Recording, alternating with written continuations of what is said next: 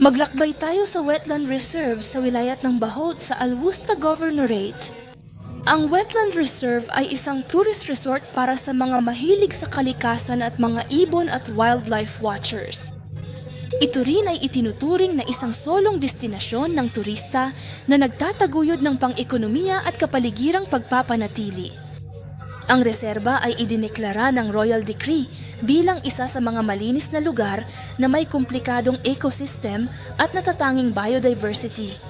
Itinuturing din itong isa sa mga bihirang reference site sa mundo para sa pag-aaral ng biodiversity at napapanatiling paggamit ng intertidal wetlands.